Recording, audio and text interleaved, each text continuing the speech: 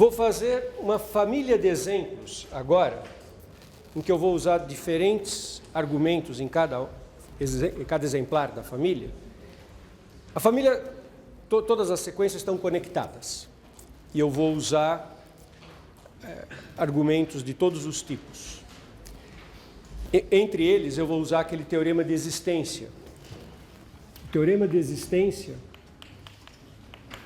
de limites é um teorema importante.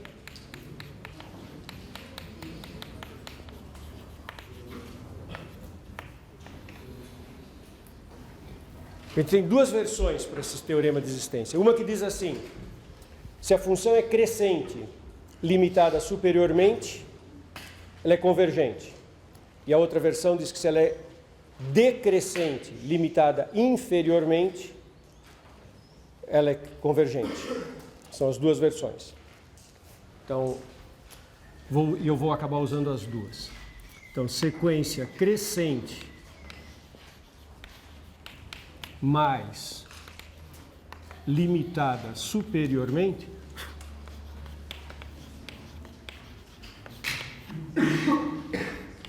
implica que a sequência é convergente.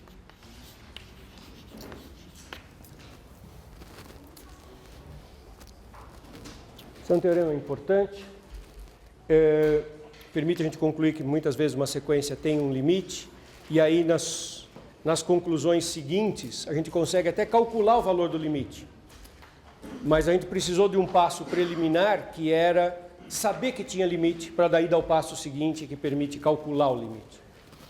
Bn é a seguinte sequência: 1 vezes 3 vezes até o ímpar 2n menos 1, multiplicado por 2 vezes 4 vezes até 2n.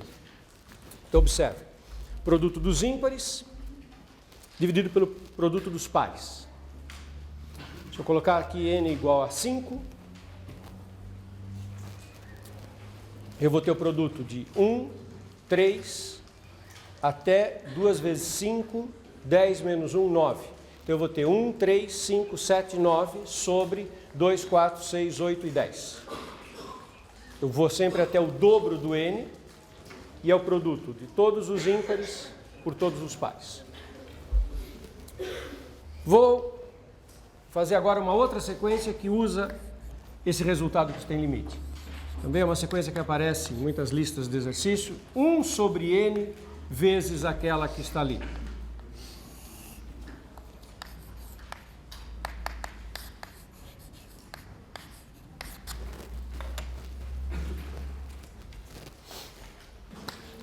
Uma sequência inspirada na anterior.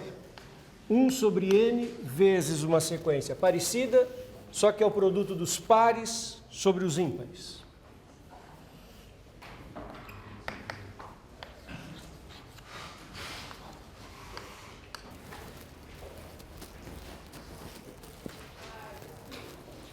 Então, agora eu tenho 1 sobre n, e o produto é dos pares em cima, dividido pelos ímpares. Esta sequência também é convergente. Pergunta: eu já analisei 1 sobre n ímpares sobre pares, 1 sobre n pares sobre ímpar, e eu analisei ímpares sobre pares. E só os pares sobre os ímpares? Está faltando para ficar uma análise completa. Exemplo 7. Sequência dn, produto dos pares sobre os ímpares.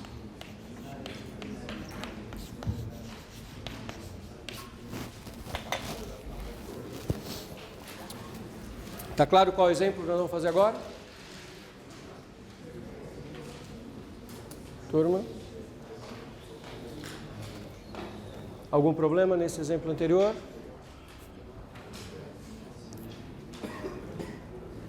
Tudo está fazendo sentido? Este exemplo, pares sobre ímpares. Este é um exemplo nada simples de ter a ideia. A ideia original é sofisticada, e vai aparecer uma coisa surpreendente. Eu estou começando uma revisão de tudo que nós estudamos, né? E eu vou usar para analisar esta sequência um conhecimento de séries. Então, de uma certa forma, eu vou inverter a ordem natural. Eu vou usar um conhecimento de séries para falar de uma sequência.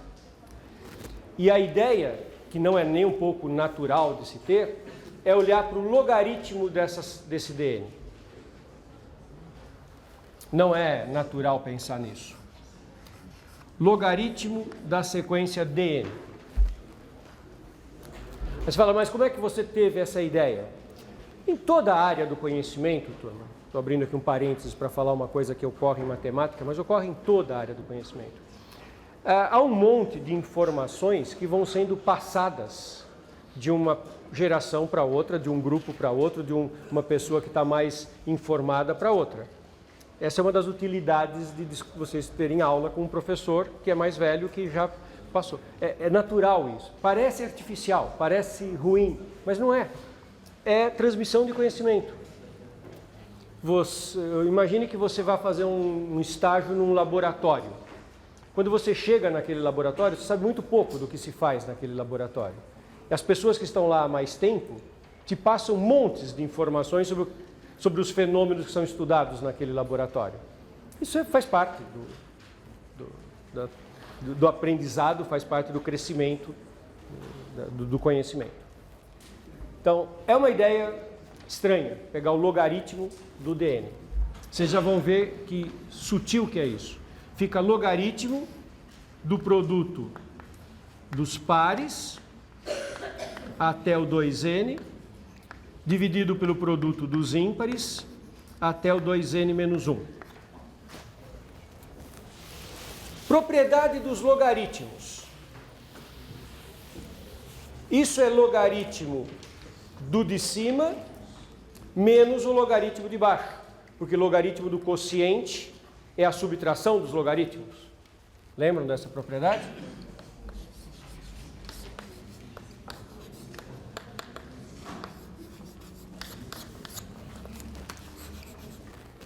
Logaritmo do quociente é logaritmo do de cima menos o logaritmo do de baixo. E logaritmo de produto é a soma dos logaritmos. Então isso fica logaritmo de 2 menos logaritmo de 1. Vou colocar um de lá, um daqui. Mais logaritmo de 4 menos logaritmo de 3. Mais...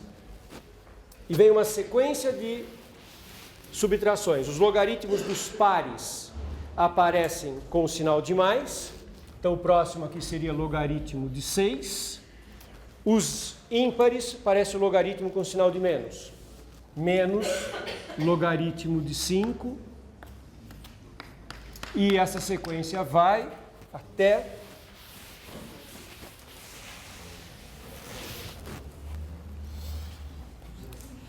logaritmo de 2n menos logaritmo de 2n menos 1.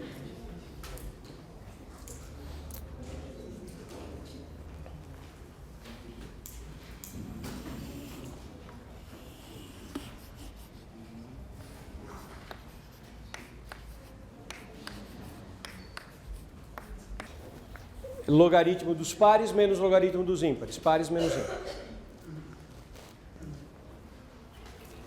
Primeira ideia, então, foi tomar o logaritmo, escrever desse jeito.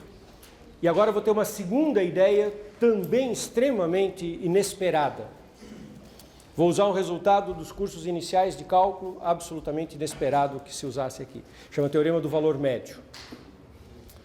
Quando eu terminar e a gente olhar de trás para frente, vocês vão ver como é sofisticado o discurso e como resolve o problema. Assustador, de repente, falar no Teorema do Valor Médio. Vocês não estavam esperando que do nada aparecesse o Teorema do Valor Médio. Vamos lembrar do Teorema do Valor Médio? Vocês lembram qual é o Teorema do Valor Médio? TVM,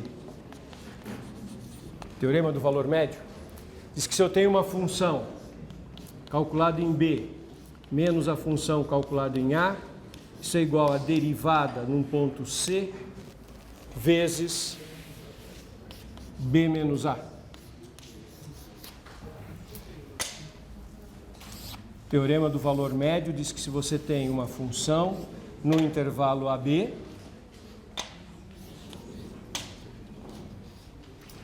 a diferença f de B menos f de A é a derivada num ponto intermediário vezes o tamanho do intervalo. Dependendo da situação que o gráfico está, você vai ter uma certa inclinação. F de B menos f de A é essa diferença, e ela é a derivada vezes o acréscimo. Usando o teorema do valor médio, eu escrevo o seguinte: ln de 2 menos ln de 1 é igual à derivada do logaritmo.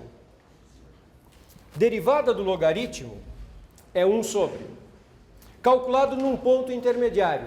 Então isso aqui é 1 sobre x1 barra, sendo que o x1 barra está entre 1 e 2. Aplico o TVM no intervalo 1, 2. Daí eu aplico o teorema do valor médio no intervalo 3, 4. Isso é 1 sobre um x2 barra com o x2 barra entre 3 e 4. Vou separar um pouquinho mais isso aqui, para não ficar confuso. Agora aplico o TVM no logaritmo de 6 menos logaritmo de 5.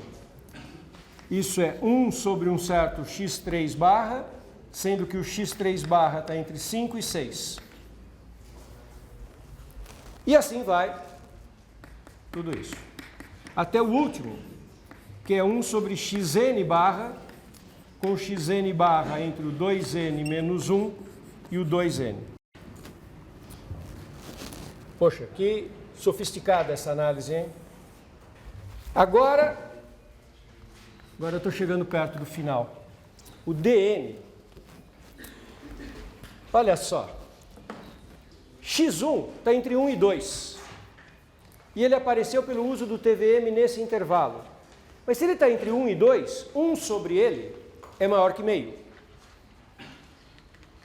O maior valor que o x1 pode ter é 2. Portanto, o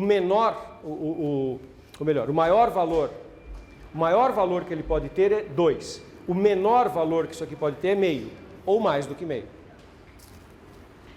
Certo? Mas isso é certamente menor do que meio.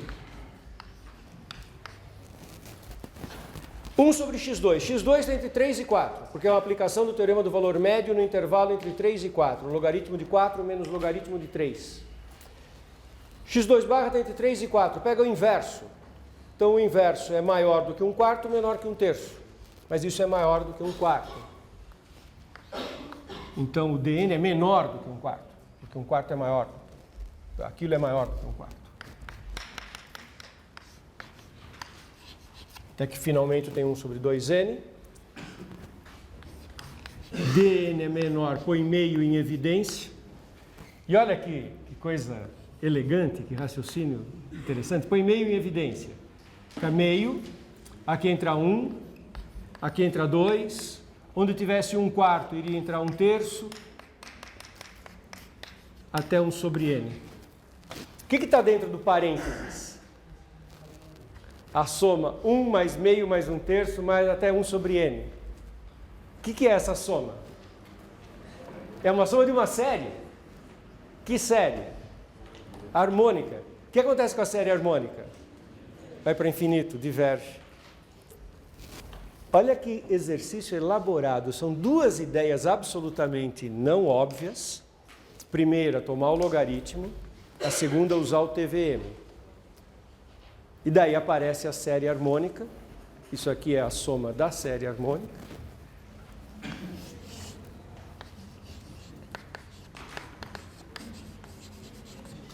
Tende para infinito. Então, na verdade, eu escrevi aqui dn, mas não é dn, né, Tony? Quando eu erro na lousa, vocês precisam me corrigir.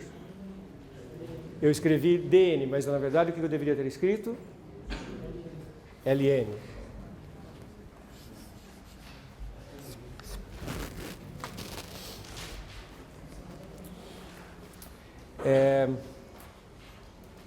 Eu também escrevi a desigualdade ao contrário. Vamos lá, vamos consertar tudo que está errado. Eu preciso da desigualdade ao contrário. Eu preciso concluir que é maior. Eu não sei se eu errei no fazer a desigualdade ou se eu preciso trocar alguma coisa. Vamos com calma agora. Isso aqui é 1 sobre x1, que é maior que meio. Eu esqueci de escrever o logaritmo e eu escrevi a desigualdade ao contrário. Vocês precisam me ajudar a me corrigir quando eu errar, hein? Vocês concordam? Vamos repetir o argumento? O x1 está entre 1 e 2. Então você pega o inverso de x1. O inverso de x1 é menor do que 1 e é maior do que meio. Inverte, inverte, inverte, inverte a desigualdade. Então, o meu 1 sobre x1 é maior do que meio.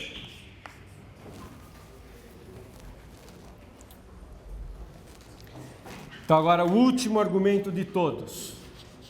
O logaritmo de dn tende a infinito. Então, o que acontece com o dn? Se o logaritmo de uma coisa tende para infinito, eu olho para o gráfico da função logaritmo.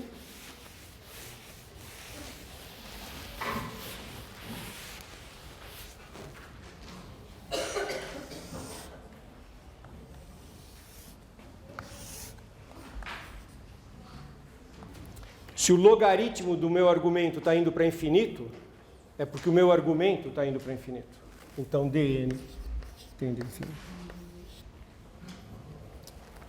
Extremamente sofisticado esse argumento. E para fechar essa família de exemplos, olha que coisa sutil. Vocês lembram o primeiro exemplo dessa família com o qual eu comecei essa brincadeira? Que eram os ímpares sobre os pares? Que eu provei que tinha limite, mas que eu comentei, não sabia ainda se era zero. Os ímpares sobre os pares é o inverso disso. Essa tende para infinito. Então, aquele meu primeiro exemplo, que era os ímpares sobre os pares, tende para quanto? Para zero. Só que lá atrás eu só concluí que tinha limite. E vocês perceberam que a primeira coisa que eu fiz foi concluir. Então, deixa eu anotar isso aqui para ficar bem claro o que eu estou falando. Se você voltar alguns exercícios para trás, eu comecei com a sequência Bn, que era os ímpares sobre os pares. E o que nós fizemos lá atrás? Nós mostramos que isso tinha um limite, que eu chamei de L. E aí eu continuei usando. E fui fazendo os demais. E agora eu volto e eu sei quanto que é esse limite. Esse limite é zero, porque é o inverso da dn.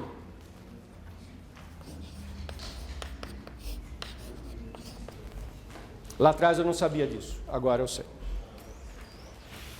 Mas um ponto que nunca é demais insistir.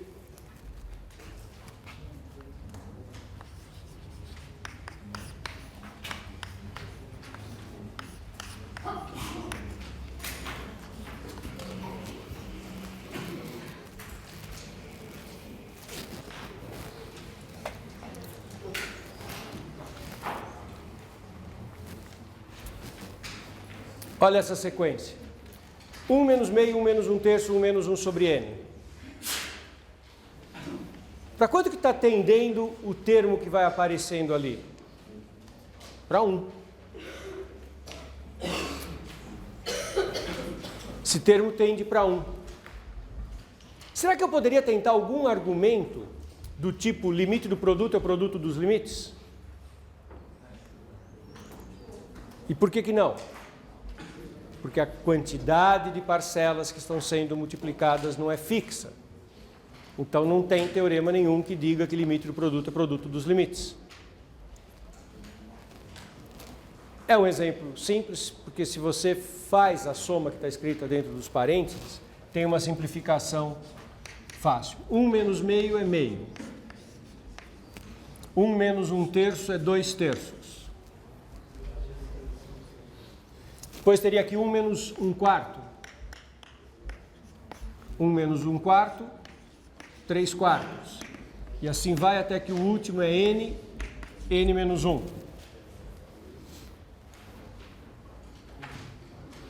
Vocês observaram que tem muitos montes de cancelamentos? 2 com o 2, o 3 com o 3, o 4 com o 4. O último que cancelaria aqui seria o n menos 1 com o n menos 1. E sobraria aqui o AN, na verdade, é igual a 1 sobre n. Aqui não é nem um argumento de maior ou menor. O AN é igual a 1 sobre n. E, portanto, tende a 0. Embora o termo que está sendo adicionado tenda a 1, o produto tende a 0.